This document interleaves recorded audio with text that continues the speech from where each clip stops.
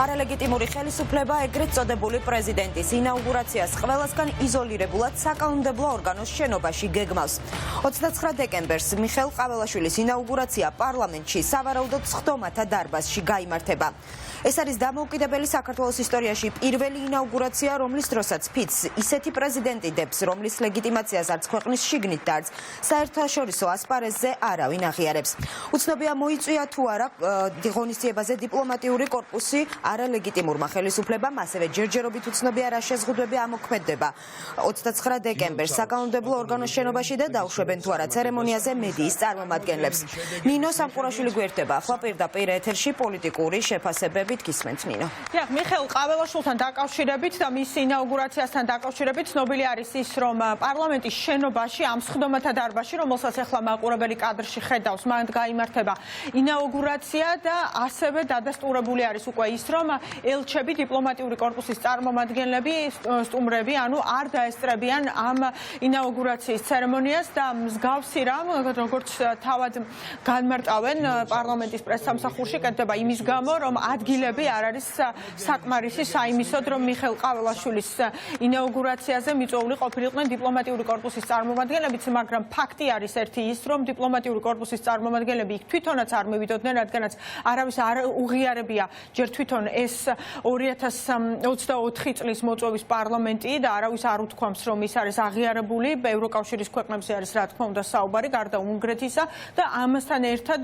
შემდეგ უკვე მიხეილ ყაველაშვილისთვისაც ევროკავშირის არც ერთ ქვეყანას, მათ შორის ასევე არც ამერიკის შეერთებულ შტატებს არ მიულოცია და სწორედ ამიტომაც ქართული ოცნება თვითონ აქეთ იზღვევს თავს. ოპოზიციაში ამბობს, რომ არანაირი მნიშვნელობა არ აქვს თუ სად ჩაატარებს ოლიგარქიული რეჟიმი ახლა თვითგამოცხადებული პრეზიდენტის ინაუგურაციას, რადგანაც ეს არის მთლიანად არალეგიტიმური ხელისუფლება, პარლამენტი არალეგიტიმურია, მთავრობა არალეგიტიმურია და ახლა შეეცდებიან, რომ არალეგიტიმურად გააფორმონ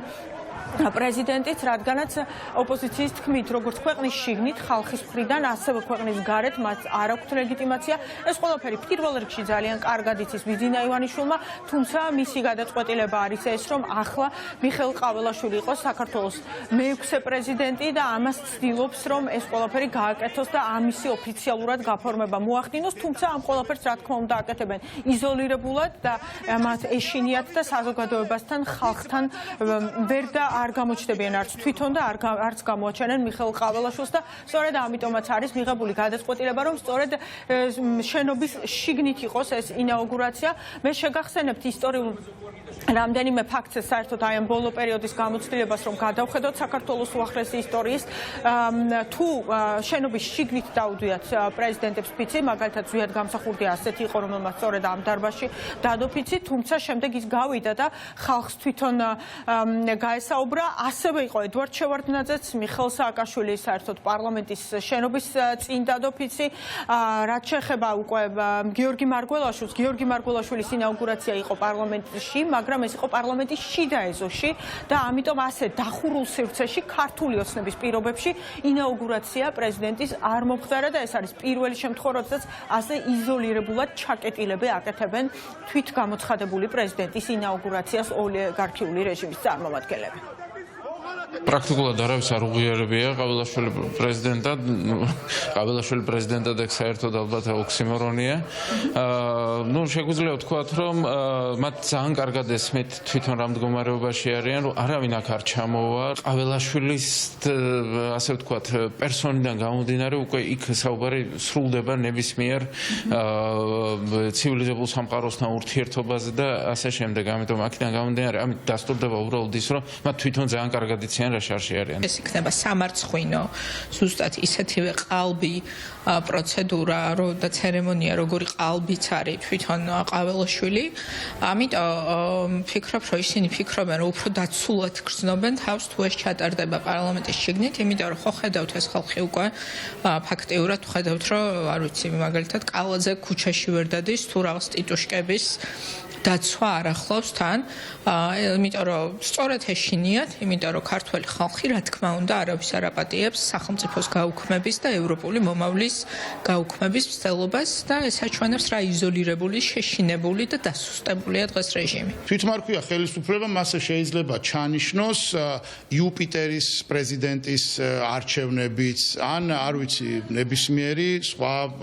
ჩვენს გალაქტიკაში არსებული პლანეტის მმართველის ინაუგურაცია. ამას არ ექნება არანაირი ლეგიტიმაცია, რა მნიშვნელობა აქვს, სად ჩაატარებენ, პარლამენტის შენობაში ჩაატარებენ თუ სადმე იმაში, არ ვიცი, ვინმეს ეზოში, ბიზნეს აბასთუმნის ეზოში. ივანიშვილმა ჯერ უკანონოდ ვიხილეთ, რომ პარლამენტის სხდომა ჩაატარებინა, შემდგომ არალეგიტიმურად უკანონოდ პარლამენტის ეგრეთ წოდებული თავმჯდომარე, ეგრეთ წოდებული მთავრობა და ბოლოს უკვე ეგრეთ წოდებული პრეზიდენტი არჩევინა, ანუ ეს კასკადი ვიხილეთ ანტიკონსტიტუციური ქმედებების. და ეს არის რაღაცა სპირალში შესული, უკან ვეღარ გამოდიან. ამ სერიის გაგრძელება ზუსტად მათ შორის ეს ეგრეთ წოდებული ინაუგურაცია ფაქტობრივად პარალელურ რეალობას ქმნიან, მაგრამ რაც უნდა შეეცადოს ივანიშვილი და მისი პროპაგანდამ რაღაცა პარალელური რეალობის შექმნა, მოცემულობა და ფაქტები არ იცვლება. საქართველოში პირველად ხდება, როდესაც უნდა მომხდარიყო და როდესაც მეექვსე პრეზიდენტი უნდა არჩეულიყო არაპირდაპირი წესით, ანუ პირდაპირი არჩევნები არ იქნებოდა, სადაც ამომრჩევლები მისცემდნენ ხმას, ეს უნდა მომხდარიყო ასე არაპირდაპირი წესით. ეს ჩვენ ყველაფერი ეს ვნახეთ 14 დეკემბერს, როდესაც ასე იზოლირებულად ქართულმა ოცნებამ თავისი ხმოსნებით მოახდინა მიხეილ ყაველაშვილის არჩევა, თუმცა მისი აღიარება არავის მხრიდან არ მომხდარა და სწორედ ამიტომ ნიშნავს ყველა, რომ ის არის არალეგიტიმური პრეზიდენტი, როგორც ქართველი ხალხი, ასევე სტრატეგიული პარტნიორები და ის თუ როგორ უნდა წარიმართოს შემდეგ უკვე ეს ინაუგურაციის მთელი ეს ცერემონიალი, ამას განსაზღვრავს სპეციალური პრეზიდენტის ინაუგურაციის